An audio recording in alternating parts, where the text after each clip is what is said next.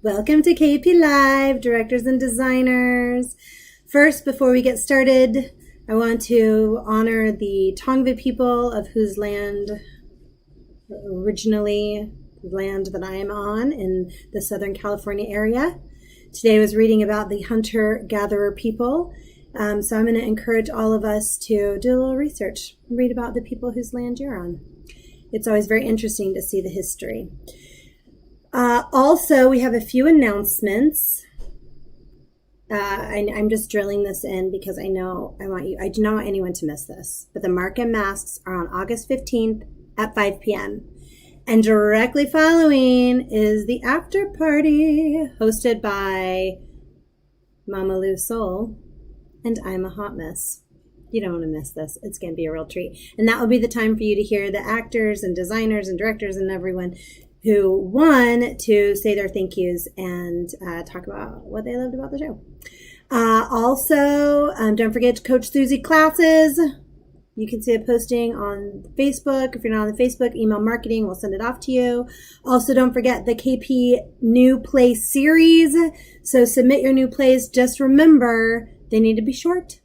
And they need to be like a play that is specifically can be produced on Zoom. That's our goal. We want more Zoom theater to get us through this. Oh, you guys. Oh, but I have a successful story that you're going to hear about later with our guest about a successful Zoom theater. It can happen. I saw it firsthand. Also, Good People at Torrance Theater Company is August 9th at 8 p.m. So you do not want to miss that. That is coming up. So get your reservations in. And that is the end of our announcements. So without further ado, I'm going to bring on a dear friend, a dear colleague, someone who I've learned a ton from, and I've enjoyed sharing the stage with. She's a joy to work with.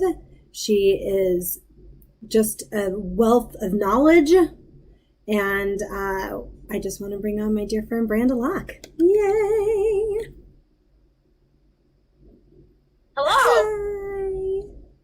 I'm so glad you agreed to do this. Me too. Thank you. I always have my little notes, but I realized I was on the page from earlier today, which were my notes from Romeo and Juliet.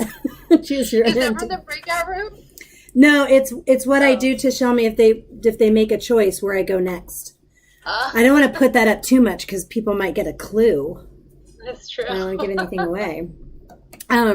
So I first of all, I just want to say, I know I talk a lot about, my friend, but really you are such a great person to work for, with, just collaborate. You're just amazing. And so I'm really excited to learn a little bit more about what, how you got in this and what made you. So let's talk a little bit about where you're from and how you got into this crazy world of theater. Yeah, I'm from two places, but I claim Colorado and Maryland as my home base, and I got into the theater as a kid. I think a lot of us did, and I mean in school plays. That's how it all began, and then community theater around my neighborhood, and then I went to college for it. And I studied theater, got my BFA, and I moved to LA back in 2011 with my husband, who got a job out here teaching at AMDA. And I putzed around for about a year, but thankfully I finally found my theater family. And that's one of the great things about theater is once you start doing shows, I'm sure a lot of the people watching, and I know will immediately find your people. You'll never want for good friends. You'll never want for the friends that you make your own family, the ones you choose. In the theater world. So yeah, I mean, that's kind of the really brief version of how theater came into my life. And then directing started, I'd always had a little interest in directing right out of school. I only was able to direct a few things in DC because I was a baby. And I moved out to LA, and I really had a lot of success getting my foot in the door just by submitting my directing resume. And I've built up a pretty diverse one, I think, here in Los Angeles. They've been this city is really, really welcoming for directors, for female directors too. Yes. From my experience. It's a great theater town. We talk about this every single time. There's a lot of theater going on here on the spectrum of houses, sizes, and what they want to do, from traditional to experimental to et cetera. So a lot of opportunities. Where did you go to school? I went to Susquehanna University. It's a small liberal arts college in the middle of nowhere, Pennsylvania, on the Susquehanna River. But it was idyllic. It was beautiful. I got a free ride, so that's why I went. Nice. But it wound up being a wonderful blessing because the theater program there was stellar. It was like being in a conservatory. And that's where I learned everything. I like so much of what I know was in school. I still use every tool that was given to me by my mentor, Powers, who is a fantastic teacher of theater. Absolutely. I was like jumping ahead, but then you moved and you worked out of DC, in the DC area for a while? Yeah. Okay. Yeah. So out of school, I moved back to my home area in Baltimore and found out that there was an amazing regional theater city in Washington, DC. And so I just started auditioning and was booking parts as a little ingenue. I got a tour. I did a Shakespeare tour for 12 months, which really was a big, huge kick you in the butt. This is the real world. Get all of your real world experience in this 12-month period of time. But it was awesome. I learned so much about my strength of just carrying lighting things around and pushing boxes. We were our own crew and roadies, as well as the actors. And drivers. If anything went wrong, we all had to rely on each other to fix it. Theater tours really teach you a lot about who you are and what you are capable of. I agree. Yeah. What you're made of. Yeah. I did a children's theater tour for a year in the Midwest, and it's like you really come out of that going, I can do anything. Literally anything. Yeah. And you also learn how to deal with people. Yeah. There was one point, I think, at the venue that we showed up at, the contract was wrong, and we wound up performing in a cafe, a college cafe, while people were there eating, and other people were there watching us. Yeah. Oh my gosh, that's great. Oh, that's great. So originally you said you started in school, and a lot of us started when we were children, but what was it about theater that you caught the bug and you were like, I have to keep doing this and I have to study it in school? I mean, that's pretty young to know at that age. I was the same way. Yeah. I mean, I was a bit older than I think a lot of kids, just because we moved so much when I was a really young kid. I went to I think it was 6 different elementary schools. Oh, wow. Yeah, we moved a lot. So by the time that I had reached, it was my 7th grade year. So I was 12, 13. And it was just, at that time I was just like, yeah, I want to try this. I had always been a singer. Both my parents are singers, and I was always singing. And it was the musical Charlotte's Web, and I was like, sure, I'll try it. And they cast me in the play, and everything just seemed to completely fall into place for me instantly. I just knew, this is where I need to be. I don't really know how it happens or why it happens, and it's not just for theater. Some kids, they start pitching and all of a sudden baseball is where they need to be. I think a lot of parents out there can agree, when your child finds the thing or things that it really ignites that passion in them, they will stick with it. Yes. Yeah. And that's, I consider myself really, really lucky because not everyone in the world has a vocation, and that's totally cool. But I really like going through life with a vocation, and I love that it's theater. It just is I don't know. I think a lot of us theater people, not all of us, but I was that kid. I was the show kid. I was very loud. I wanted to be the center of attention. I always wanted people to hear me sing. So it was like, oh, I can do this and not annoy people. Great. Right. Yeah, right. They're actually there to watch it. Yeah, you brought it kind of two things that I think that there's something about storytelling that is just inherent in people that do this, that we want to entertain or storytell.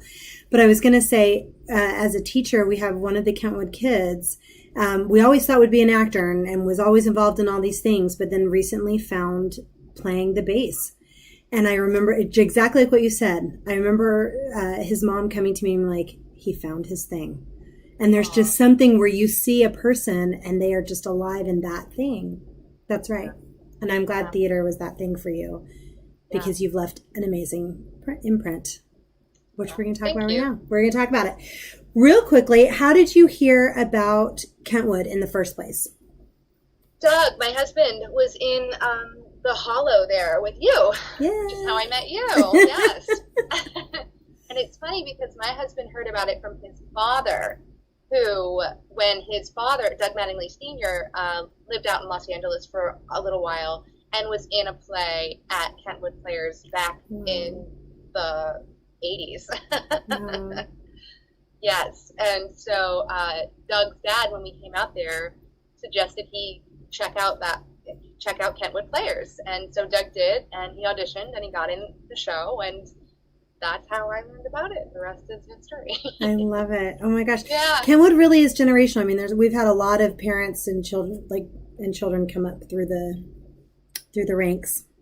That's it's fun. I remember finding the picture, like the production picture at Kentwood of Doug, my father-in-law's production, on the wall. It's really fun. It is. It's fun. I love that. So let's talk a little bit.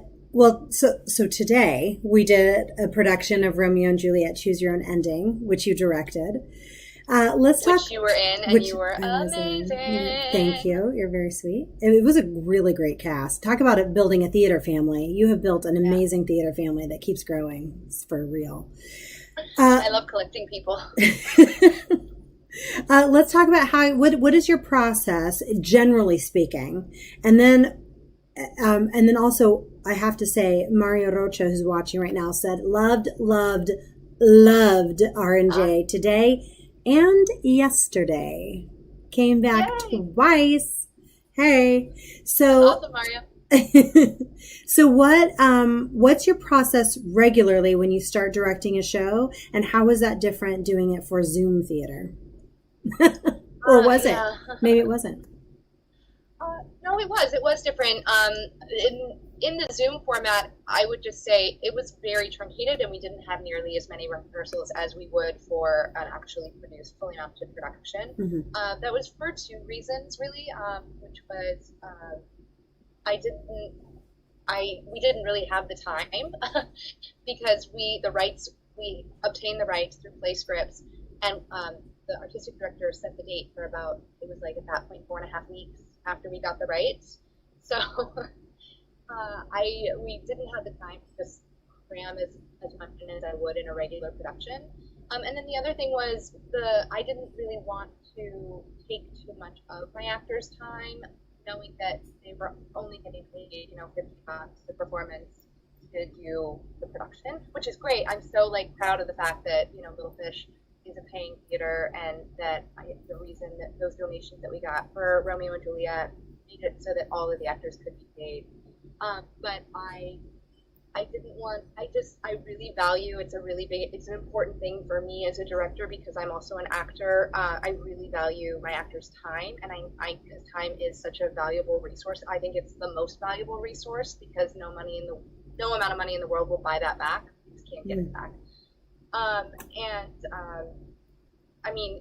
We were also doing it we were reading. It wasn't memorized. So that was also why we were able to keep it to some pretty limited number of rehearsals. But in a real production, usually for a straight play, 5 weeks of rehearsal, and for a musical, 6, sometimes 7. And I'll start out months and months and months and months and months and months, as many months as I can get, sometimes a year, which is wonderful if I can get that too, in advance, prepping for the show, doing my research.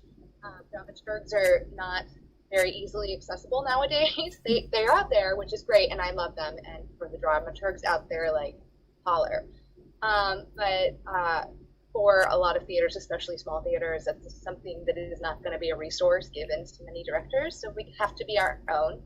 And so it's a lot of research on my shows, and then I have to start envisioning my production and what the design elements are going to be, and then I have to contact my designers, and we put all of our pretty heads together and come up with the concept for the show that we think is going to be fitting, of course, in the world of the play, but I tend to like to push boundaries, and I like to get creative and and just thematic as well. And then we audition. I'd say audition and tech week are my most frazzled days. This casting is extremely important, 90% of the work. So I'm always a mess in the audition process and callbacks because I just don't want to make the wrong decision. And then rehearsals, and we do table work if we're lucky. We get to do table work for a week. And then I'm the kind of director who likes to block up front, but I mean, I experimented with not blocking up front, particularly in the last production I did, and it was an incredible experience that I'm definitely more open to as I grow into my directing experience. But I usually block up front, and then we do working rehearsals for the bulk of the rehearsal process. And I call them stop-start rehearsals, where we really just dig into scenes and we ask questions about the table work that we've already, about the relationships, about the given circumstances, about the stakes, all of that, just to make sure that the performance is ringing true, and to make sure that like everyone knows what they're supposed to do and where they're supposed to be. And then I like to give them a week of runs so that they have that under their belt before we go into tech, because another thing that's really important to me for my actors is that they're prepared. Again, as an actor, it's a really terrifying experience if you're going into tech week or opening night and you don't feel prepared. Yeah. So I do like to make sure we get at least 1 week of rehearsals where they get to run through, and then it's tech, where I stop looking so much at their performance and I get to start looking at all of the wonderful things my designers have done, and we are putting all the magical bells and whistles into it. Okay. That was a very long answer for my process, but that is my process. No, it's not a long answer. It's great. And we've actually got questions that have come from it. And I have a bunch of questions. And thank you for being so candid about that, because I think, when we come into a show as an actor or a designer, we're just seeing that part, even as a choreographer. I think other than maybe the stage manager, nobody's seeing all the parts. Right? Or like working with. So it's really great to see how you function with all of them together. Let's start with the designer, since, we're pre-audition. What is it you look for when you're finding the designers you want to work with? Their work. I mean, that's every time I see a show, it's part of like my collecting people. When I go see shows, I always keep my program, because if there's some design work that really was creativity is really big. I like to push the envelope with productions and the creative design element. I love seeing that with designers. So if I go to a show and the lighting just was so imaginative, or is a lighting design I never would have conceptualized for, I don't know, something like Cabaret or The Matchmaker, or whatever. I'll get their information. Great thing about programs is most of them have websites, so you can then go and check out their portfolios, and you can get their contact information. And that's how I've got in touch with quite a few of my designers, actually. So the body of work is huge, but then you also meet people every time you do a show, whether it's an actor or a director. You're going to have a designer for a lighting designer, a set designer, and that's another way that I to my designers. Hello, my name's Branda. I'm an actor in the show. What's your email address? That's great. Oh, I love it. I mean, we know that's the biz. It's all about, we call it networking, but it's really just building relationships and finding people that you like. That being said, so I've got, because like you legitimately are connecting with them because you like their work. Yeah. So it's already starting off on a really positive note. Yeah. Are there people that you find that you work that have a certain style that you work with really well, or does it matter? It does. Yeah, definitely. Time is important to me, and I don't want my time to be wasted either. So just like designers that are able to meet all of the production deadlines on time, I'll work with them a million times over. Mm-hmm. And also just the delivery of the quality that was pitched and promised in the design when we were doing the design concept and pulling up the design concept.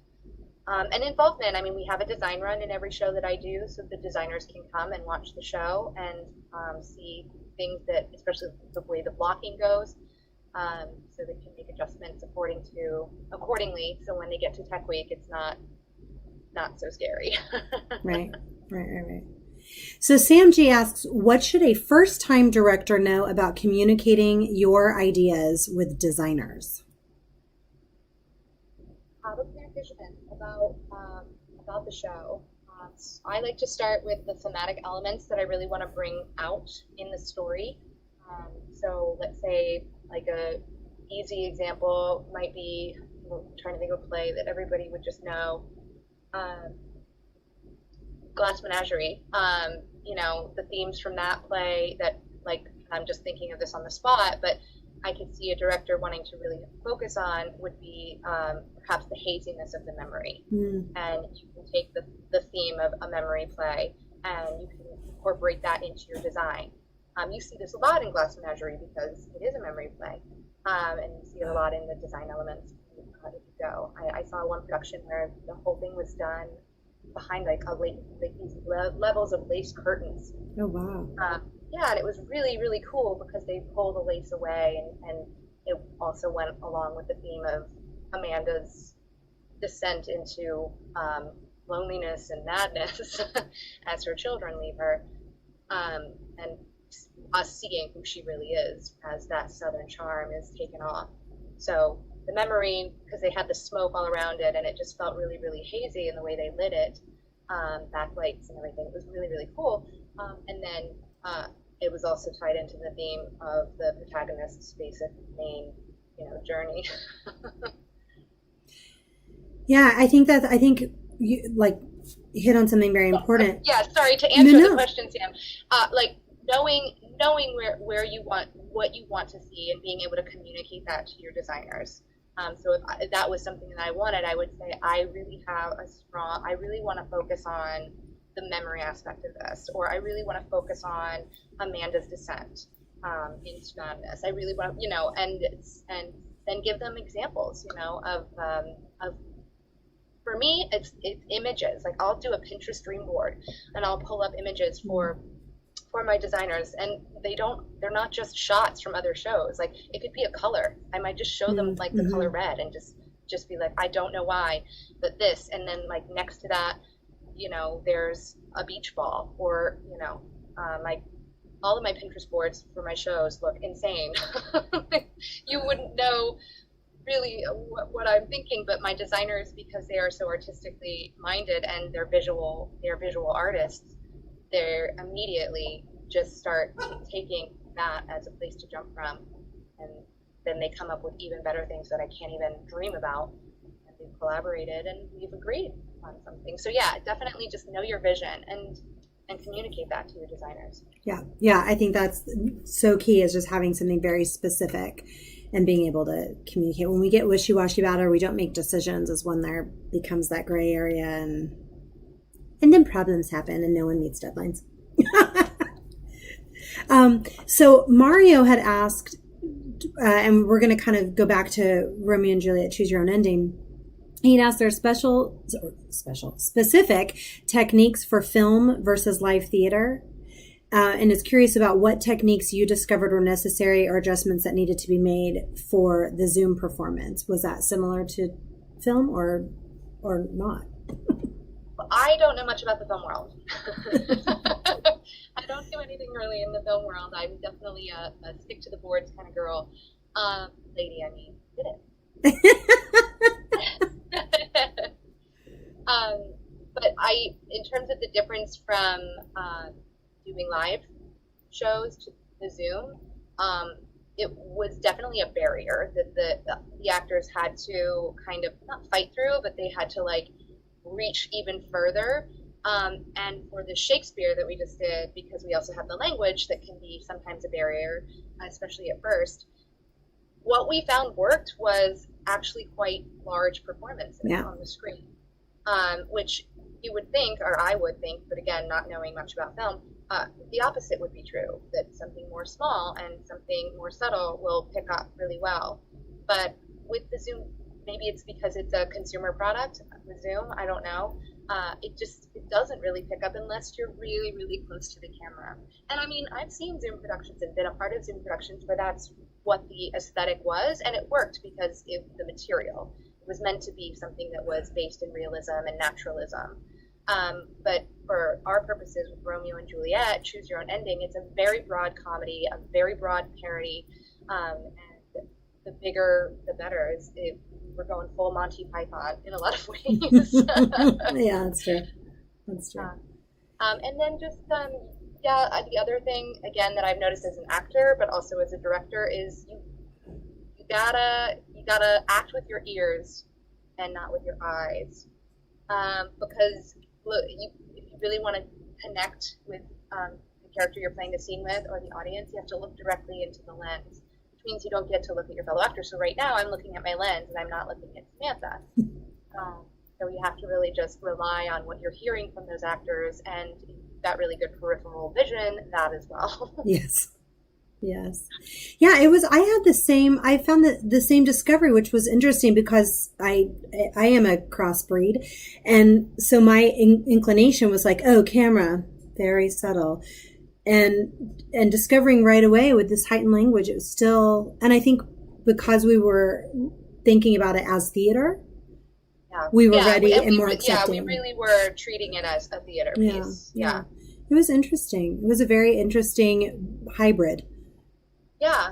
But I mean, the bigger they went, that just seemed like the more, and physicalization too, we really wanted to lean into that. Because for me, I thought it made it just much more interesting and fun to watch, as opposed to them just sitting there saying their lines.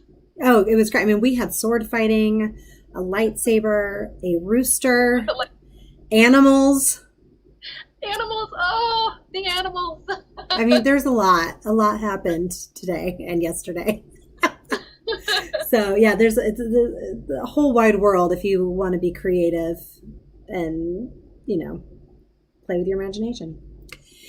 So let's talk a little bit about why theater. Why do we do it? Why is it important for the community? What is our purpose? What do you think?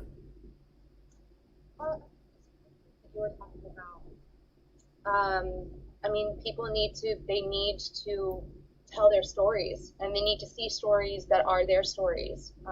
And we've been doing this since the beginning of humanity. I mean, for me, I think the ability to connect with not just your fellow actors, but an audience every night. It's okay. Let me back up. So, okay, I'm gonna go here. I'm an atheist. And I don't believe in God. I don't believe in magic. I don't believe in spiritualism. I'm not, I'm very cut and dry with that. But I do believe that human beings have the ability to transcend themselves. And I think that, personally, we do it in two ways. With love and with art. And I know that I've been in shows, I've watched shows, experienced shows, where I saw the show or was a part of a show where I was changed forever. Mm-hmm. And, the performance without that person ever physically touching me touched me in such a profound way that I changed forever. Yeah. Forever. That's very powerful, extremely powerful. That's transcendence. You are transcending your performance, and that production has the ability to change people. Sometimes it's small, sometimes it's just a way of thinking about humor, and other times it can be really deeply profound. But I remember my theater professor telling me that every night you have the power to do that.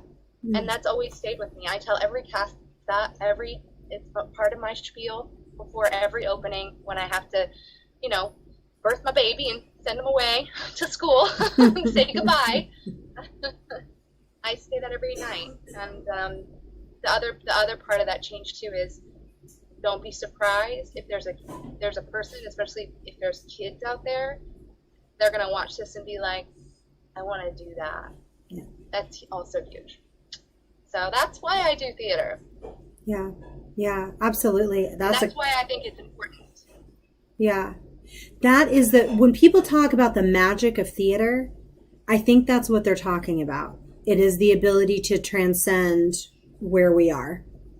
Because even if it's not super realistic, but so from the, right on, spot on, truthful, realistic, which is not completely, because there's still a wall, there's still an end to that, to the abstract and whatever, our minds go to wherever they're telling us to go. Yeah. Wherever they bring us. And our disbelief. Yeah. I mean, that's also just something that's amazing, is that you have, however big your house is, that amount of people there that are willing to do that for you, to enter an imaginary world with you. I mean, it's really cool. It is. And then that becomes, and once we go there, that becomes the opportunity, if it's sheer entertainment like Romeo and Juliet, choose your own ending, for us to have that sheer release of joy, and then to take in whatever themes, like love. Today was all about love. I'm wearing my love shirt as a result of it. See, I was affected. but whatever the theme is, it allows us to go there in a very open way. Yeah. And we don't have to let anybody else know that our walls are down, because we're just privately, Yeah. Have you had similar experiences while directing or acting in a show where it has also affected you in that way? Yeah, absolutely. It's funny because I'll go back and forth about the rippling that can happen as an actor versus a director, and I'm constantly questioning or analyzing which one of them have more of a ripple effect, have more of a profound effect on others and on myself. I don't have the answer. I still don't know. There's not an answer, but no, I don't. But yes, as an actor, as a director, I have been. I mean, rehearsals are. I love performing, but rehearsing, I love performing. I love the audience, and I know this is going to sound very masturbatory, but I could be in rehearsals all the time. I could just stay in rehearsals. I just love them, especially meaty working rehearsals where a director is really getting into you as a performer, about what is working, what is truthful, helping you get past some of your isms, because we all have, our toolkits, and a lot of times we'll pull out of them, which is great, but sometimes, we'll fall into a little bit of a habit or a pattern. And having a great director that's willing to just say, too much, let's unload, let's unpack this. And I'm not sure if this is really the right approach, for this character, and just opening myself up to that. It's terrifying, but it's also usually very rewarding. The more terrifying it is, the more rewarding the results when you're performing. And the same thing when I'm directing. And I always learn more about directing when I act, and I always learn more about acting when I direct. Always. It never fails. Every single show that I have directed and every show I've been in, that is the case. I mean, you are a great example of that. I remember when you were directing me in Ideal Husband, I was just like, I'm totally Aww. I remember you sat down and we had relationship day, and I was like, I am totally feeling it. Yeah. We talked about all our relationships, and I have, and it's in my work now, and has been ever since. Aww. Thanks. And then watching, I think you also remember, I'll never forget the rehearsal with you and Doug for Major Barbara. I was just going to bring that up. I mean, that everybody in that room was affected. Yeah. And I'll never forget it. I'll never forget it. It was so powerful. I was just going to bring that up for a couple of reasons, but that was an example of something that changed my life in the process, as opposed to watching. But the reason why I was going to bring that up is something that you said, which I feel like as actors, it's helpful to get rid of trying to do it right or to do it a certain way, but to really delve into why are we doing this and what is the approach, and that if we can do that, then that rehearsal process becomes joyful, because we're not trying to find the right answer. We're just trying to find that moment. And I felt like that was a great example of the way you guided Doug and I with our own research, with our own character stuff. There was nothing you were putting on us. You guided us into this moment that just changed everything. Yeah, I mean, it opened up. And I think for the people listening, I think we all know those moments. Like it almost literally feels like the air in the room changes. Mm-hmm. It's magical. Yeah. It's, I think, as close as you can become, as one can become, to being completely vested and like you're still aware you're in rehearsal space, but you're not in rehearsal space. You know what I mean? Yeah, it's like what Stanislavski says about that moment when you really are able to be private in public and everything disappears. Yeah. And I mean, including the audience, there's none of that awareness. You're really in the moment, which is what I think all actors and directors strive for in theater. You really just want, you know, we hear the expression like the truth, or you'll hear directors say, I don't believe you, or we're always, you know, seeking the truth. And I know that can be a bit of a cliche, but it is really true. And when I think of the truth, I'm thinking about that moment, that magical moment when an actor and actors on stage are just existing as in the play, as the characters that they have put all of their work into. And you just watch Samantha disappear, you watch Doug disappear, and there's Major Barbara, and there's, you know, Bill Walker. Yeah. I think what's important about that, which you do such a great job, is creating a safe space in which we can feel free to play. And nice to hear that. No, yeah. But you do. Yeah. And that's, I think, what is so important as we're guiding people along. You know, and you do a great job of that. And I've had the pleasure to also go in and watch you as you're directing other shows that I'm not in. And it's really wonderful to watch, because especially in those moments, I'm not vested in anything. I'm not worried about lines or costumes or anything. I'm like there to be entertained. Teach me a story, you know, and it's really interesting to watch how you do that, because it allows people to feel comfortable to try things. And again, not have to have it right, and but also be influenced in a aggressive way.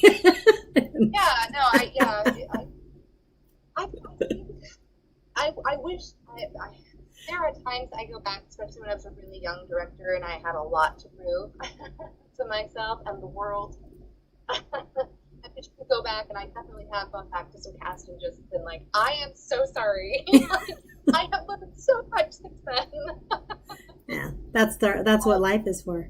Yeah, but I did the Directors Lab West program up in Pasadena Playhouse last Memorial Day. They do a whole week intensive, and it was an incredibly amazing experience. And the safety of the rehearsal space was one of the major talking points and reoccurring themes that kept coming up in all of our classes and our seminars.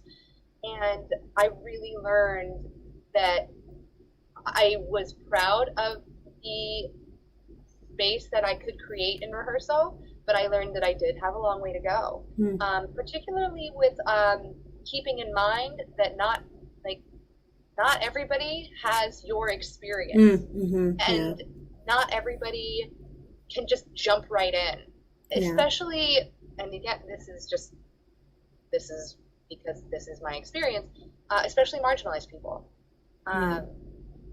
That is not my experience, and that it really opened my eyes to how much more I could be doing. And I have since taken so many great resources and tools from that and started implementing them into my rehearsal space, and it makes a huge difference. It really does. I've noticed that, you know, it used to be in my mind, oh, there's just always one or two actors that are a little bit, you know, quieter. They're thinkers, they're cerebral, they're hard to read, but they're doing the work. I have found that is, those actors are not existing so much in the rehearsal space, and I think it's because I think, from what I know from my experience, is because they feel safe enough to share, Yeah. themselves as an artist right away, as opposed to having to take a much longer journey for me to gain that trust. And it's because I tend to just jump right in without taking a moment to be like, let's create some rules that we can all agree on so that we can have a safe rehearsal environment. Yeah. That is great self-reflection and great advice, I think, for all of us going in, to make sure right from the beginning we are acknowledging that people are coming from their own experience. Yeah. And as actors, especially, I mean, they're already in a situation where they have to be so vulnerable. Yeah. I mean, your body, your voice, this is the instrument, your mind, your feelings, your emotions. That's extremely vulnerable. Yeah. So. Great.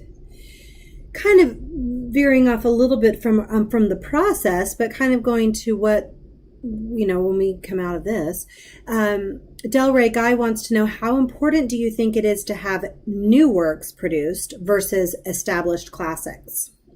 Oh, super. So important. So important. I mean, first of all, we need to have more new works and more new works by marginalized people, because we're not seeing enough of those experiences from small theaters to Broadway. And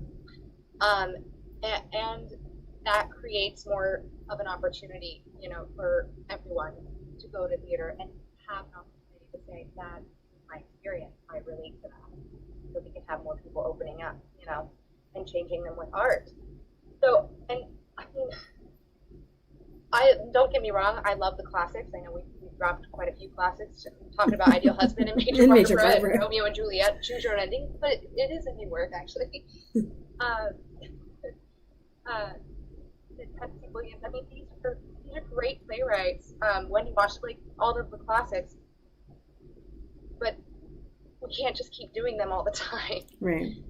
I mean, you can reimagine Midsummer Nights, for the 1 millionth time, or you can pick up this play by this young Black female writer who's talking about these schools, public schools, just closing down for charter schools, and put that up in Chicago, I mean, where that's really happening, and here in LA where that could really happen.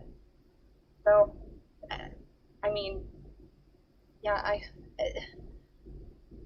I like to lean more towards let's get more new works, only because we're just seeing less of it, and it's just as important, if not more important right now, than seeing the old staples, the old chestnuts. Yeah, I think that's a really interesting question. I kind of lean myself towards a 50-50 because just exactly though what you're saying is that we can see Midsummer for the 1 millionth time, but if it's re-envisioned and told in a different way, or then I'm all about it. If we're doing the same tired story of Importance of Being Earnest that we've seen all the time, I don't care. I don't want to see it. I've already seen it like 19 times. But there's a real opportunity with the classics to tell stories and to incorporate diversity in a way that maybe we didn't in the past. And I really like that idea. That always excites me. I'm definitely in that camp with you. I mean, like, I'm thinking of the example when we were shooting at Oklahoma. And the concept that we would pull out for that one, which excites both of us, right? Because it would be a very diverse cast that actually is all about talking about race. Which is an important conversation to have. But I want to see that, and I also then want to go to the same theater right after that and see a work that was just published last year by a new up and coming playwright. Yeah. I love that. I love that idea. And then also the thing is that there are a lot of issues that we want to talk about for sure. But I also want to see from those new playwrights, just other things just about love and life and, whatever other experience. I mean, there's so much we haven't been exposed to. I know, even personally, I know that you can say that too from our experiences that we've witnessed or had. There's a lot that we haven't learned or seen yet. It's so true. And it just I'll never forget, I got to see Pillow Man, the original Broadway production, back in New York. And it was a brand new play at the time. And I will never forget just walking out of that show thinking about, our society and the anarchy and it can easily just go into. And I don't know. I mean, yeah, you can see that also in King Lear, but I'm really glad Pillow Man exists because it's Right. fantastic. Right. Yeah, I mean, bottom line is we need more theater. We need all of it, and we need more diversity. That's why we learn what we're I learning. mean, like it's that same like it's not a pie. There's room for Right. all of it. Yeah. Yeah. So how do you go about choosing plays or reading new plays from new works? Like how do you find them? I I kind of have a cheat that I do. Let's see. I I go to my favorite theaters, and I look at their past seasons. Oh, you got a little quiet there. Say that one more time. Can you hear me now? Yep. Okay. I go to my favorite theaters' websites, especially places that I know produced a lot of new works, and I look at their past seasons and I write it all. I copy and paste it. I put it in a document, and then I just start like very often, like on a probably not daily basis, but weekly basis. I'll go into that list and I'm either adding to it from this year's productions at certain theaters that I really love to follow. I mean, a lot of them are just Broadway theaters too, and off-Broadway theaters. But there's quite a few in Chicago and DC that I like to go to, and I will just pull up some of the plays and just start researching them and see, who the playwright is and what get the kind of summary of it, how many characters are in it, depending on what theater I'm pitching to. They can accommodate actors, and then I buy the play if I like it. If it fits. Yeah. I've also found that when I find something from someone I like, I tend to look up if I've seen something, what else have they done? Oh my gosh! And, Once I yeah. love a playwright, I then buy all of their plays. Yeah. I have a whole shelf dedicated to Teresa Reback. It's just, Yes. Oh my gosh, that's great. So before we go, what do you have a favorite experience, either on stage directing a show that was your favorite, or an experience that was your favorite, or is it like trying to choose a favorite Beatles song and there's just no point? like trying to choose a favorite child. No,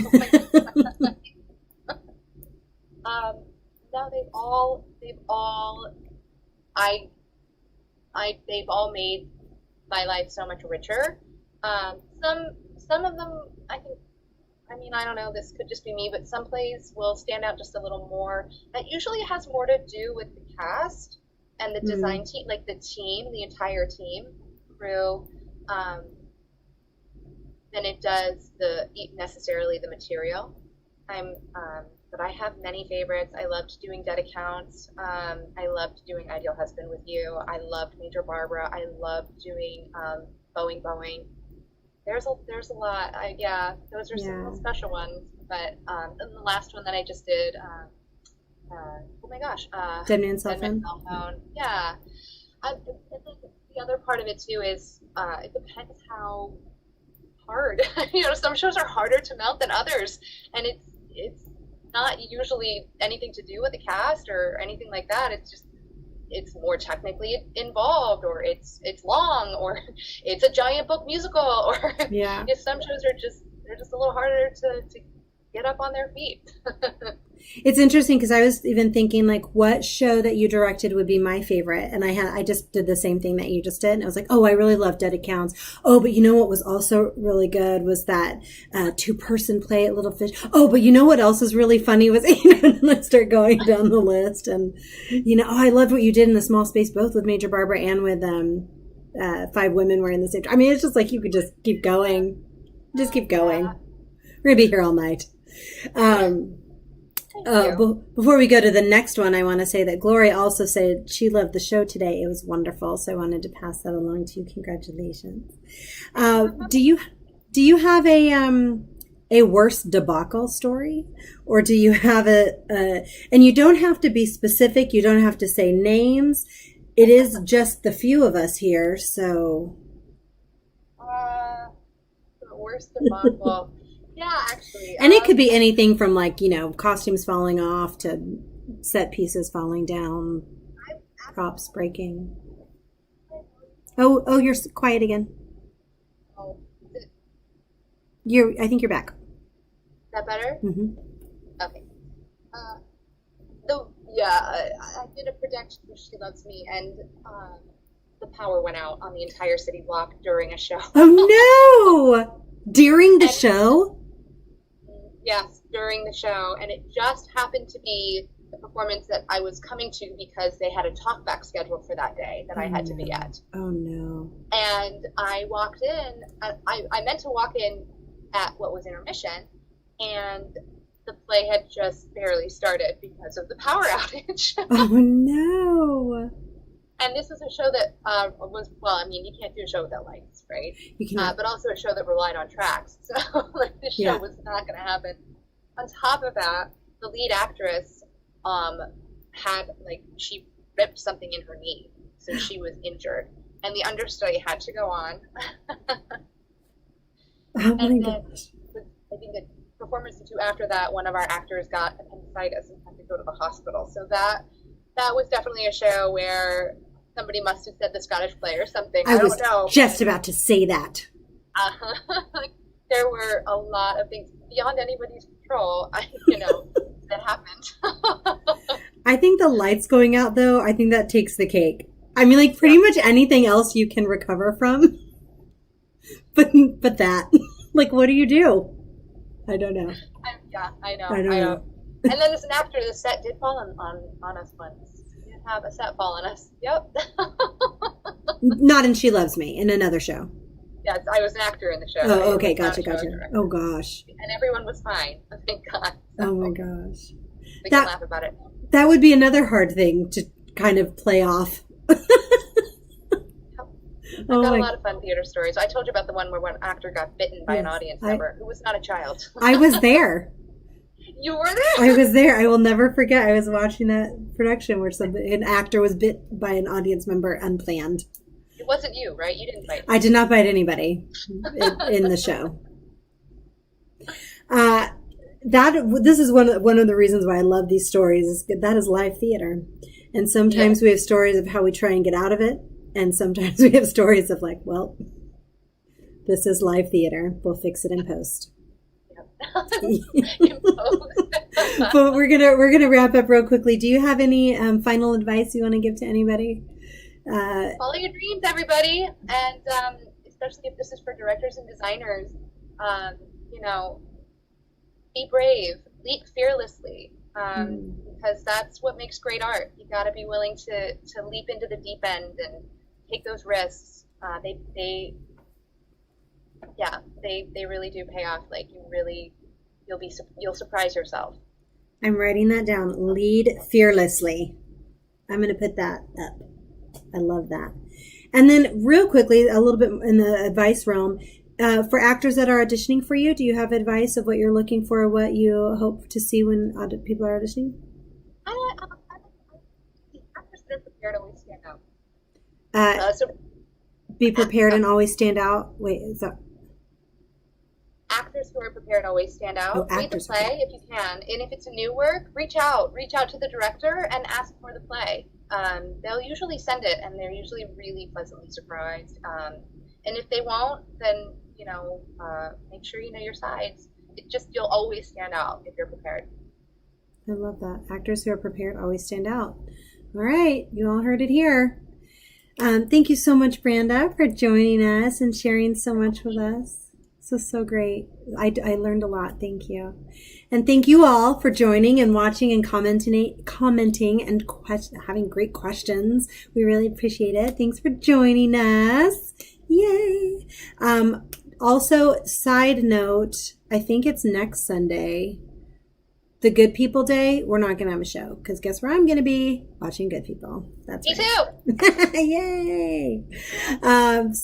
But join us Thursday, coming up for ABCs of Theater, Actors Backers Crew, where other Sam will be interviewing, unless you think I'm talking about myself in the third person, will be interviewing from Little Women, Dylan. Yay! So that'll be very exciting. I got some questions prepared for that one. have those asked. All right, everybody. Thank you so much for joining. We'll see you later. 7 p.m. Sundays and Thursdays. Bye. Thank you, Sam. Thank you.